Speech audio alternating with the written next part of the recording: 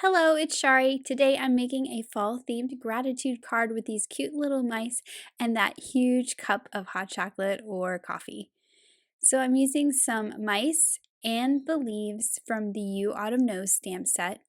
I'm also using leaves from the Scripty Autumn Sentiments, and that is also where my sentiment will come from. And then I have used this little pumpkin here from Happy Harvest. So I've already stamped all my images in some jet black ink on Nina cardstock, so it's Copic friendly, and I'm going to color them with my Copic markers. I'm coloring both my mice in different colors. I like to kind of mix it up so that all these mice don't look exactly the same. And this is a really fun color combination to use. These are the E70s, and I just think this is a really nice brown, but it also has like a taupey grayishness to it. It's one of my favorite ones to use. So I've just colored him with two shades of that, and then for his belly and his ears I'm going in with some really light browns and some pink. I'm going to do the same for the belly and the ears on the second mouse, but for him I'm not going to use the same grays. I'm going to go in with some warm grays on him. So again, I'm only using two colors. I'm putting in my shadows first, and then I'll go in with the lighter color and blend it out. It's really fun to use all your grays and browns when coloring these little mice. So now I'm going to move on to my leaves, and I'm starting with this largest one here, and I'm doing this one in some reds. So I've got my darker color, that R27, that I put towards the center, up kind of the spine of the leaf, or that major vein of the leaf in the middle. And then I'm going in with my lighter color and kind of pulling that out.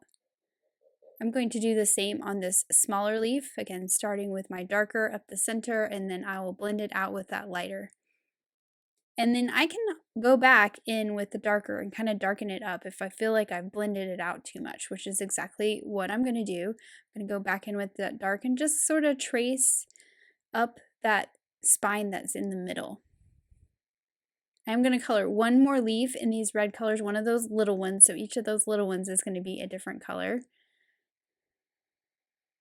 Just a little bit of the dark and then blend it out with the light, and then back in just for some shadow. Now I'm moving on to my yellow leaves, doing the same technique. I've got two yellows here. One is much darker than the other. And I'm using this lighter one to blend it out.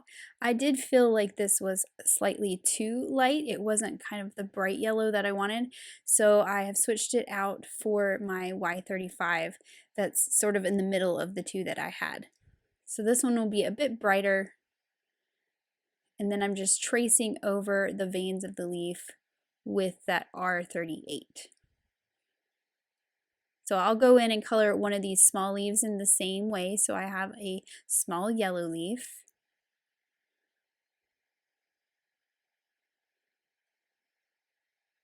And then the last leaves I'm going to color in orange. So the standard fall colors of red, orange, and yellow. Again, starting with that darker one towards the center and then the lighter one out on the edges.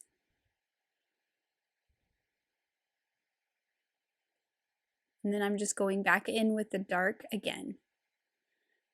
I'll do the same for that little leaf, just like I did for the others.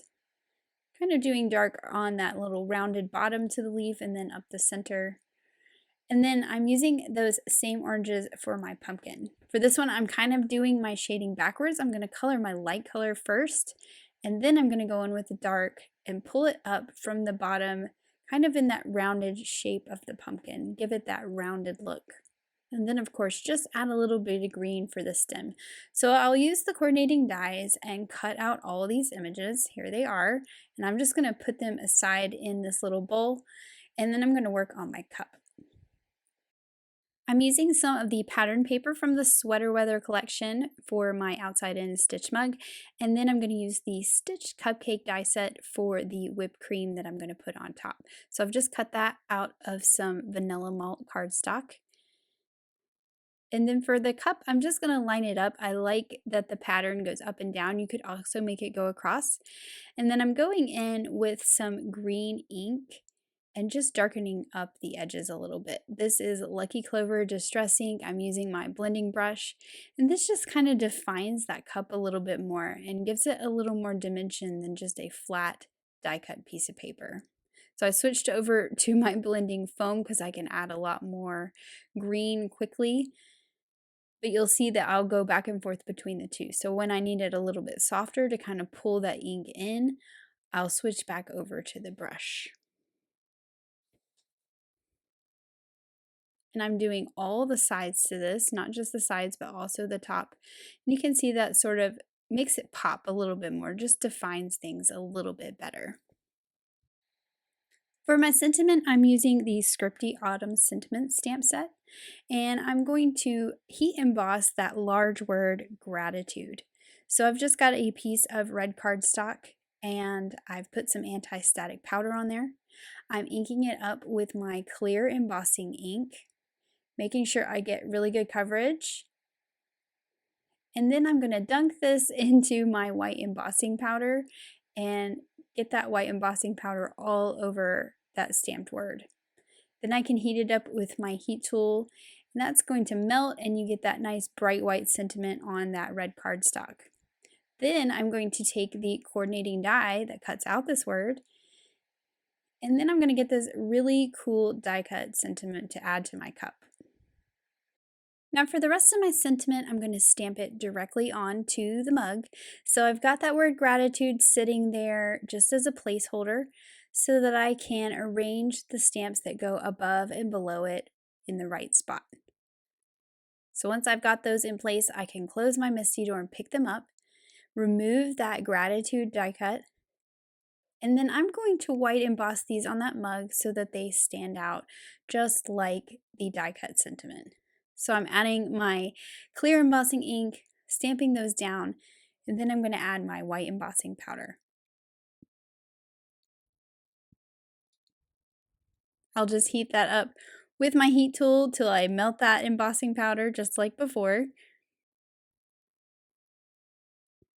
And now you have this really bright sentiment that really stands out. I did reinforce my cup, since this was pattern paper instead of cardstock, with a piece of cardstock behind it, just to kind of give it a little more stability, especially since I had heated it with my heat tool. And then I'm adding that die cut word gratitude just with some liquid glue right between those other lines.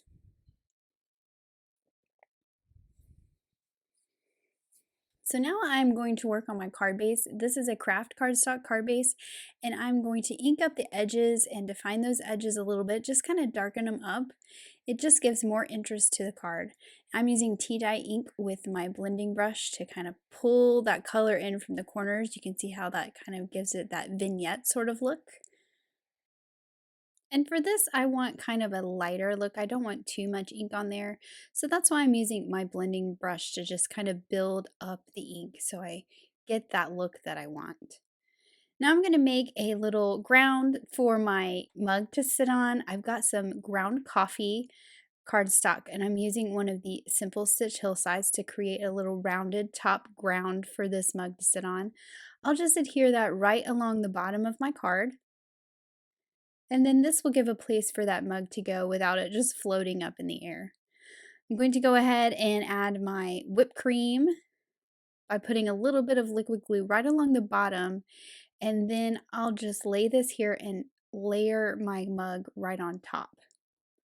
So I want to make sure that I kind of cover up all that little bumpy part at the bottom so that it looks like it's down inside that mug.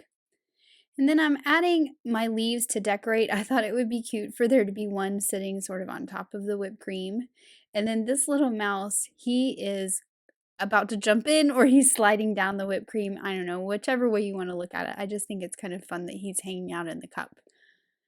So now that I've got those pieces on, I can put foam all over everything. And then I can center this up right in the middle of my card.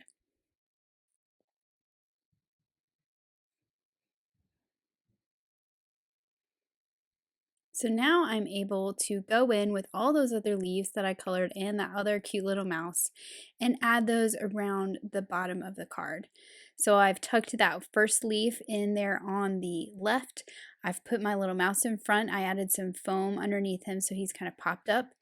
Taking that really big red leaf and putting that on the right side.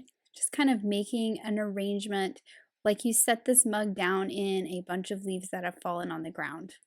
For the pumpkin, I'm going to pop it up as well, adding some foam along the bottom.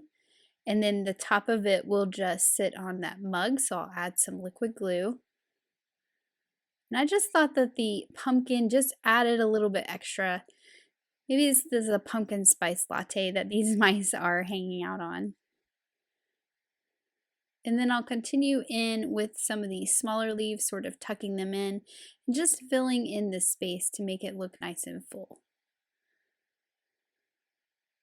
So the one nice thing about this mouse and this mug being popped up, as you can see, I'm taking this red leaf and I'm tucking it up underneath all that. So it kind of gives me some leeway to arrange my leaves the way I want. And then I thought it needed a little bit more, so I'm going to make some leaves around my mug. So I've taken my dough ink, which this is my favorite ink to use on craft cardstock to make sort of this tone-on-tone look. And I'm just stamping these leaves, kind of making a frame around the mug. So you can see I'm stamping them off the side. And this is just going to go around those edges rather than completely covering the whole card, which I think has a different kind of look. So it's not like it's pattern paper, but it's almost like these leaves are falling down around in the background.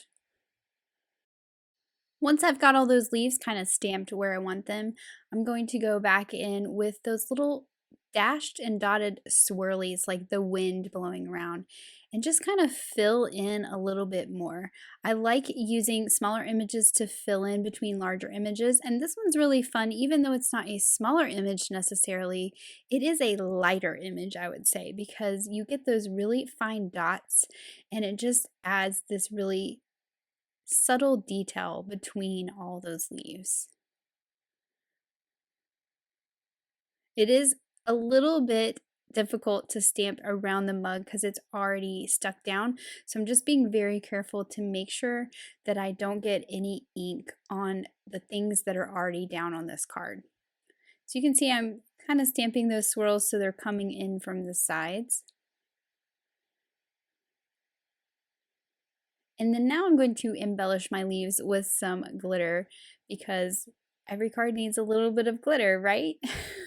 So I'm using my Stardust stickles and I'm just adding a little bit of glitter to the leaves. I'm not completely covering them, just kind of giving them a highlight, a little bit of glitter on the top of that pumpkin as well. And then I felt like I still needed a little bit more in this pattern in the background. So I'm using a Copic marker that's kind of the same color as my dough ink, and I'm just making tiny little dots to fill in. This would also be good with like a little heart stamp or something else that you might have in your stamp stash. And then finally, I'm taking one of those little leaves and adding it to this little mouse's hand. He's just waving it in the air. He is super happy, and I just think that's so cute. And of course, I'll add some glitter to that leaf to match. And then here is my finished card. I think this is a really fun card, a great way to use that stitched mug die to kind of fill it and give these mice something fun to play on. Thanks so much for watching. Have an amazing day. Bye.